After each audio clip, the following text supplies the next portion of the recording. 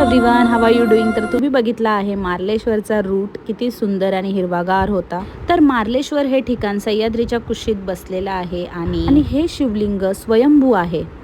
तर मार्लेश्वर मंदिराकडे जायला आपल्याला 500 पायऱ्या चढाव्या लागतात. आपल्याला वरती जाता जाता छोटे मोठे धबधबे बघायला मिळतील.